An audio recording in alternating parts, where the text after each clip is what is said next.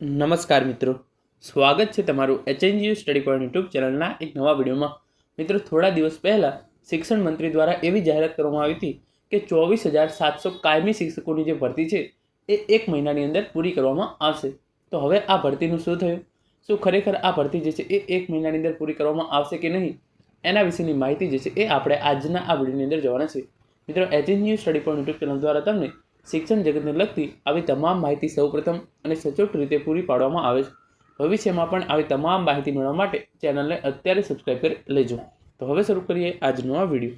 તો તમે જોઈ શકો છો 24,700 શિક્ષકોની ભરતીનું શું થયું. 1 મહિનામાં ભરતી પૂરી કરવામાં આવશે એવી જાહેરાત જે છે એ શિક્ષણ મંત્રી દ્વારા કરવામાં આવેલી હતી. તમે જોઈ શકો છો જે આ ન્યૂઝપેપર કટિંગની અંદર અને ન્યૂઝપેપરની અંદર બધે જે આ જાહેરાત કરવામાં આવી હતી, રાજ્યમાં 24,700 કાયમી શિક્ષકોની ભરતી 1 મહિનામાં પૂરી કરી અને નિમણૂક જે છે એ પણ આપી દેવામાં આવશે. મેરિટથી પારદર્શક ભરતી પ્રક્રિયા ચાલુ છે. ડૉક્ટર કુબેર જે ડિંડોર દ્વારા જે શિક્ષણ મંત્રી છે એમના દ્વારા જે છે એ આ જાહેરાત કરવામાં આવી હતી, પરંતુ હજુ સુધી આ ભરતી રિલેટેડ કોઈ પણ પ્રકારના પગલાં જે છે એ લેવામાં આવ્યા નથી. અને વધારામાં સ્થાનિક સ્વરાજની જે ચૂંટણીઓ છે એની પણ જાહેરાત પણ જે છે એ કરી દેવામાં આવી છે. તો હવે આ ભરતીના કોઈ પણ ઠેકાણા જે છે એ લાગી રહ્યા નથી. શિક્ષણ મંત્રી દ્વારા ઘણી બધી વાર આવી રીતે જાહેરાતો કરવામાં આવી છે, પરંતુ હજુ સુધી આવી રીતે કોઈ પણ પ્રકારની જે છે એ ઓફિશિયલ નોટિફિકેશન બહાર પાડવામાં આવેલી નથી. જ્યારે પણ હોય ત્યારે શિક્ષણ મંત્રી દ્વારા ઓરલ આવી ઇન્ટરવ્યૂ આપી અને કહી દેવામાં આવશે કે 1 મહિનાની અંદર ભરતી કરી દેવામાં આવશે, ડિસેમ્બર મહિનાના અંત સુધીમાં ભરતી કરી દેવામાં આવશે, પરંતુ હજુ સુધી ઓફિશિયલ નોટિફિકેશન આનું એક પણ વાર શિક્ષણ મંત્રી દ્વારા કે ગુજરાત સરકાર દ્વારા બહાર પાડવામાં આવેલું નથી. તમે આગળ જોઈ શકો છો જે યુવરાજસિંહ જાડેજા દ્વારા આ ટ્વીટ કરવામાં આવેલું છે. ભરતીનું ગાજર કેટલે પહોંચ્યું? ટાટ પાસ ઉમેદવારોની ભરતી કેમ નથી થતી? શું તમે જાણો છો? સરકારી આંકડા પ્રમાણે શિક્ષણ વિભાગમાં 75,000 જેવા શિક્ષકોની જગ્યાઓ ખાલી છે. હવે તમે નિવેદન કરો, સાહેબ જગ્યા ભરો, અમારી ભરતી કરો.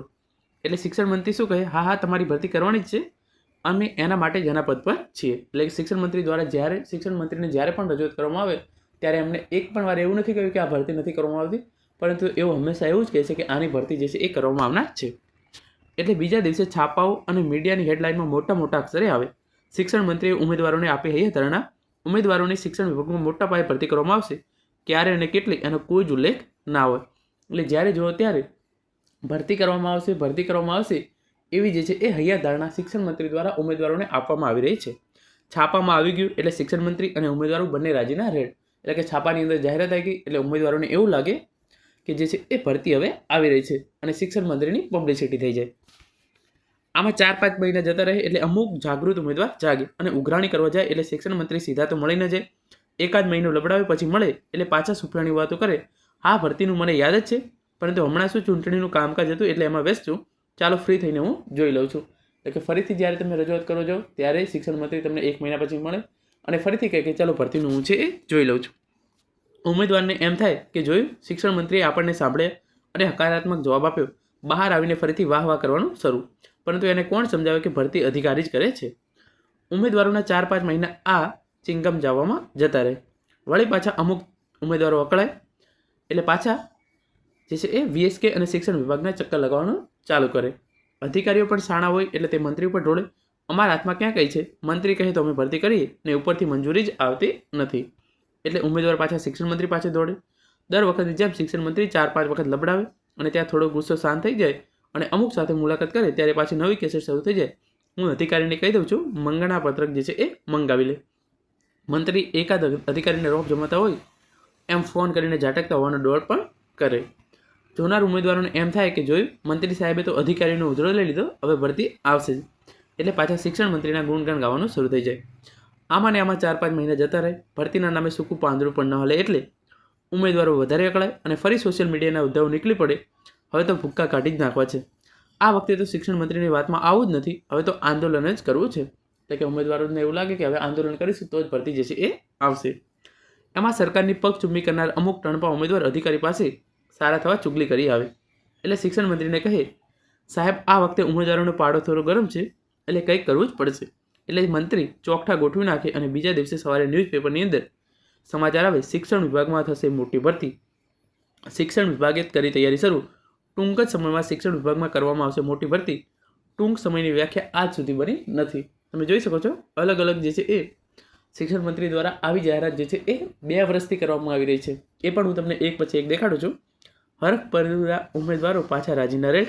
હવે તો ન્યૂઝપેપરમાં પણ આવી ગયું એટલે ભરતી તો થઈ જાય ને, પણ ઉમેદવારોને ક્યાં ખબર પડે છે કે ન્યૂઝપેપરમાં જાહેરાત આવવાથી ઓફિશિયલ નોટિફિકેશન આવી જતું નથી. જે પ્રમાણે નેતાઓ જ્યારે ચૂંટણીની અંદર પ્રચાર કરતી વખતે જે વચનો આપે છે એ પૂરા કરવાની એમની કોઈ પણ પ્રકારની રિસ્પોન્સિબિલિટી હોતી નથી. એ જ રીતે જે ઓરલ આવીને તમને કહી દીધું એ ભરતી આવશે જ એવું નક્કી નથી હોતું. જ્યાં સુધી ઓફિશિયલ નોટિફિકેશન ના આવે ત્યાં સુધી તમારે કોઈ પણ વ્યક્તિની વાતોમાં આવવાનું નથી. પાછા ઉમેદવારો સપનાઓ જોવામાં 4-5 મહિના પોઢી જાય અને પછી અચાનક એક દિવસે જાગે, પાછા ચાલુ કરે. પાર્થને કહો ચડાવે બાણ, હવે તો યુદ્ધ જ કલ્યાણ. હમ હમારા હક માગતે હે, નહીં કિસી સે ભીખ માગતે હે. હવે તો આંદોલન જ કરવાનું છે, પણ આ વખતે તો ન્યાય ન મળે ત્યાં સુધી ગાંધીનગર છોડવાનું નથી. એટલે કે ઉમેદવારો વાળા ફરીથી જે છે એ આંદોલન કરવામાં આવે. બધા એક સાથે ભેગા થઈ આંદોલન કરે. સરકાર પોલીસના જોરે આંદોલન ડામે. ઉમેદવારોને રોડ પર ખસેડવામાં આવે અને શિક્ષણ મંત્રીની નામોશી થાય. પછી શિક્ષણ મંત્રીને લાગે કે હવે તો ભરતી કરવી જ પડશે, એટલે અચાનક આંકડા સાથે ફક્ત જાહેરાત કરવામાં આવે. આ બધામાં એક નહીં અસંખ્ય આંદોલન થાય. ઉમેદવારો સરકારની ઝઘડો માટે અઢળક રચનાત્મક કાર્યક્રમ આપે. અગણિત આવેદન નિવેદન થાય.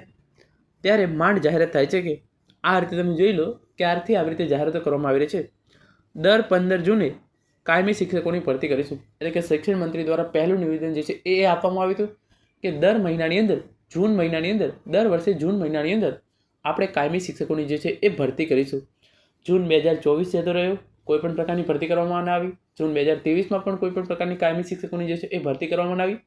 અને હવે મને લાગે છે કે જૂન 2025ની અંદર જૂન 2025 આવી જશે, પરંતુ હજુ કાયમી શિક્ષકોની ભરતી કરવાના કોઈ પણ પ્રકારના એંધાણ જે છે એ લાગી રહ્યા નથી. પછી જે બીજું સ્ટેટમેન્ટ આપવામાં આવ્યું હતું કે દિવાળી પહેલાં કાયમી શિક્ષકોની ભરતી કરી દઈશું. જ્યારે જૂન મહિનો જતો રહે તો શિક્ષણ મંત્રીએ બીજું નિવેદન આપ્યું કે દિવાળી પહેલાં જે છે એ તમામ કાયમી શિક્ષકોની ભરતી જે છે એ પૂરી કરી દઈશું. દિવાળી પણ ગઈ તો એમણે નવું નિવેદન આપ્યું, ડિસેમ્બર મહિનાના અંત સુધીમાં કાયમી શિક્ષકોની ભરતી કરીશું. પહેલાં કહ્યું કે જૂનમાં ભરતી કરીશું, જૂન મહિનો ગયો, કોઈ પણ પ્રક્રિયા નથી. પછી એવું કહ્યું કે દિવાળી સુધીમાં કાયમી શિક્ષકોની ભરતી જે છે એ પૂરી કરવામાં આવશે. દિવાળી પણ ઉમેદવારોને વાટ જોતા પતી ગઈ. તો શિક્ષણ મંત્રીએ પાછું નવું ડીંડાણું આપ્યું કે ડિસેમ્બરના અંત સુધીમાં કાયમી શિક્ષકોની ભરતી પૂરી કરી દઈશું. ડિસેમ્બર મહિનો પૂરો થઈ ગયો. ઉમેદવારો પાછા જઈને કહ્યું તો એમણે શું કહ્યું, 1 મહિનામાં 24,700 શિક્ષકોની જે છે એ ભરતી કરી દઈશું. 1 મહિનાની અંદર 24,700 શિક્ષકોની ભરતી કરી દઈશું એવી જાહેરાત જે છે એ જાન્યુઆરી મહિનાની શરૂઆતની અંદર આપવામાં આવ્યું. હવે જાન્યુઆરી મહિનો જે છે એ પૂરો થવા આવ્યો. હજુ કાયમી શિક્ષકોની ભરતીના નામે મીંડું. હવે જ્યારે 1 મહિનો પૂરો થઈ જશે ત્યારે ઉમેદવારો પાછા જશે શિક્ષણ મંત્રી જોડે. તો શિક્ષણ મંત્રી શું કહેશે, સ્થાનિક સ્વરાજ્યની ચૂંટણીઓ આવી ગઈ છે, ચૂંટણીઓની આચારસંહિતા જે છે એ લાગુ થઈ ગઈ છે. હવે કોઈ પણ કામગીરી જે છે એ આ ચૂંટણી પૂરી થાય એના પછી જ કરવામાં આવશે. આ રીતે કાયમી શિક્ષકોની ભરતી કરવામાં આવશે. એવા કોઈ પણ પ્રકારના એંધાણ જે છે એ શિક્ષણ મંત્રી દ્વારા આપવામાં નથી આવતા, અથવા તો સરકારની ઈચ્છા જ નથી કે કાયમી શિક્ષકોની જે છે એ ભરતી કરવામાં આવે. કડવું લાગશે પણ સત્ય છે. જ્યારે સ્વીકારવું હોય સ્વીકારે. બાકી એટલું જ કહીશ કે રઘુકુળ રીત સદા ચલી આવી, પ્રાણ જાય પર વચન ન જાય. આ છેલ્લા 4 વર્ષનું ફ્લેશબેક યાદ કરાવ્યું. હજી આગળ કેટલો સમય નીકળશે તે નક્કી નથી. બોલો સાચું કે ખોટું, તમને શું લાગે છે? તમે જોઈ લો છેલ્લા 4 વર્ષથી આ પ્રકારની જે છે એ પ્રોસેસ શિક્ષણ મંત્રી દ્વારા તમને કરવામાં આવી રહી છે. કાયમી શિક્ષકોની વાસ્તવિકતા શું છે તમે જોઈ લો. આ જે છે એ જે રીતે ગધેડાને આગળ ચલાવવા માટે આપણે ગાજર લટકાવી દઈએ એટલે ગધેડો ગાજરની લાલચે આગળ ચાલ્યા કરે, એ જ રીતે શિક્ષણ મંત્રી દ્વારા પણ જે છે એ કાયમી શિક્ષકોની ભરતીનું જે છે એ ગાજર ઉમેદવારોના આગળ લટકાવી દેવામાં આવ્યું છે. તો એની આશા ઉપર ઉમેદવારો આગળ ચાલતા જાય છે, પરંતુ કાયમી શિક્ષકોની ભરતીના નામનું જે ગાજર છે એ ઉમેદવારોને હજુ સુધી મળ્યું નથી. અને આ ક્યારે મળશે એ પણ કંઈ નક્કી કહી શકાય નહીં.